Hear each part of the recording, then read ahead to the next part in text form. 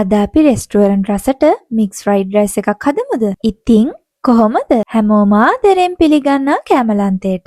අද මම ඔයාලට ගෙදරදීම ලේසියෙන් හදාගන්න පුළුවන් මික්ස් ෆ්‍රයිඩ් රයිස් රෙසිපි එකක් අරගෙනයි ආවේ. ගෙදර තියෙන දේවල් වලින් හරිම ලේසියෙන් හදාගන්න විදිහ මම කියලා දෙන්නම්. ඔන්න අදින් පස්සේ රයිස් බඩගින්නක් ආවම කඩේ දුවන්න ඔට්ටු නෑ හොඳේ. මුලින්ම අපි බලමු අවශ්‍ය කරන ඉන්ග්‍රීඩියන්ට්ස් මොනවද කියලා. එන්නකො මේ පැත්තට බත්, chicken, ඉස්සෝ, sausages, බිත්තර, කැරට්, පොල් තෙල්, තලාගත්තු ඉඟුරු සුදු ලුණු, කෑලි මිරිස් කුඩු, ගම් මිරිස් කුඩු, ලුණු කුඩු, සෝයා සෝස්, ලීක්ස්, ඒ වගේම ලුණුත් අවශ්‍ය වෙනවා. මුලින්ම පෑන් එකට තෙල් ටිකක් එකතු කරගෙන බත් එකට අවශ්‍ය කරන ඉස්සෝ, chicken, ඒ වගේම sausages ටික බෙද ගන්නයි හදන්නේ. මම sausages ටිකක් ලොකු ප්‍රමාණයක කෑලි වලට කපා ගත්තා. අපි එකතු කරගත්තු sausages ටික හොඳින් බැදිලා හොඳ රන්වන් පාටක් වීගෙන එනකොට ලිපෙන් ඉවත් කරගන්න ඕනේ. දැන් මම ඒ තෙල් එකටම ඉස්සෝ ටිකත් එකතු කරගන්නවා.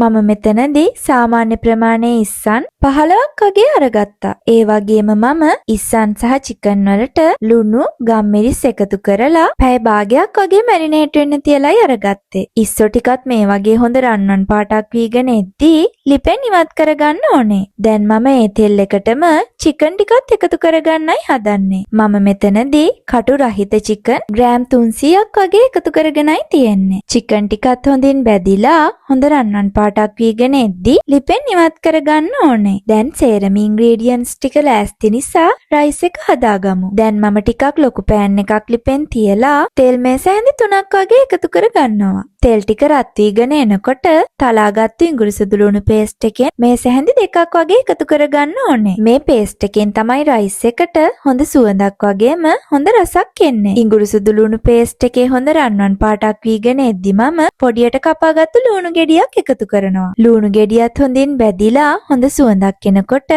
බිත්තර 3ක් එකතු කරගන්නවා. ඒකටම ලුණු මේස හැන්දක්, කෑලි මිරිස් කුඩු මේස හැන්දක්, ගම් මිරිස් කුඩු මේස හැන්දි එකහමාරක් එකතු කරගෙන බිත්තරේ හොඳින් ස්ක්‍රැම්බල් කරගන්නවා. ඔයාලගේ රස අනුව මේ ඉන්ග්‍රීඩියන්ට්ස් වල ප්‍රමාණයන් වෙනස් කරගන්න පුළුවන්. ඒ වගේම කෑලි මිරිස් වෙනුවට chili paste උනත් එකතු කරගන්න පුළුවන්. එකතු කරගත්තු සේරම දේවල් හොඳින් මික්ස් වෙනකන් විනාඩි 2ක් වගේ ටෙම්පරාදු කරගමු. දැන් මම මේ ටෙම්පරාදුවට කපාගත්තු කැරට් ටික එකතු කරගන්නවා. සාමාන්‍ය ප්‍රමාණයේ කැරට් අලයක් දිග හැඩයට කපලයි අරගත්තේ. එකතු කරගත්තු කැරට් ටික ගොඩක් වෙලා තැම්බෙන්න දෙන්නේ නැතිව විනාඩියක් වගේ මික්ස් කරලා අපි ඒකට බැදගත්තු chicken, ඉස්සෝ, ඒ වගේම sausages ටික එකතු කරගන්න ඕනේ. දැන් ආයිමත් මේ සේරම විනාඩියක් වගේ මික්ස් කරලා උයාගත්තු බත් ටික එකතු කරගන්නයි හදන්නේ. මම අදාරගත්තේ බාස්මති හාලෙන් උයාගත්තු බත් කෝප්ප 2ක්. ඔයාලට කීරි සම්බා හාලෙන් උයාගත්ත බත් උනත් පාවිච්චි කරන්න පුළුවන්. ඒ වගේම මම මේ එකතු කරගන්න බත් ටිකක් කලින් උයාගෙන පැය 2ක් වගේ ෆ්‍රිජ් එකේ තියලායි අරගත්තේ. මික්ස් කරනකොට